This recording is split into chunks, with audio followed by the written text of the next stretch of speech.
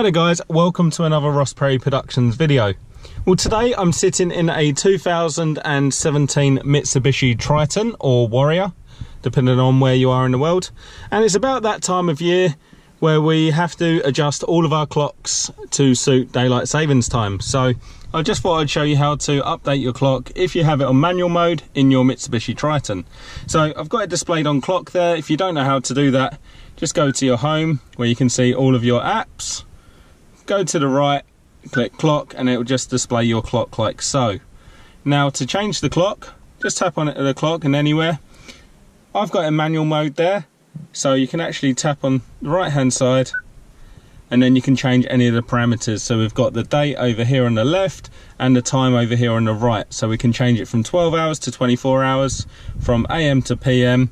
I just want to drop it back to 11:21 and hit set. That's now updated the clock up there in the corner.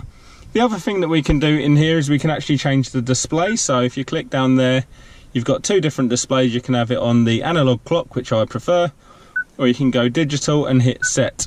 So when you come out of that, you can see we've updated the time and you've got the digital display as well, if that's what you like. Now, like I say, I prefer the analog, so I'm just going to go ahead and put that back on analog and hit set. Everything else there seems to be right. The other thing you can do is you can put it over to auto if you want it to automatically adjust. Completely up to you. Depends if you're driving across time zones like I do sometimes. Just hit back and we're finished. If you found this video helpful, please give me the thumbs up and subscribe to my channel.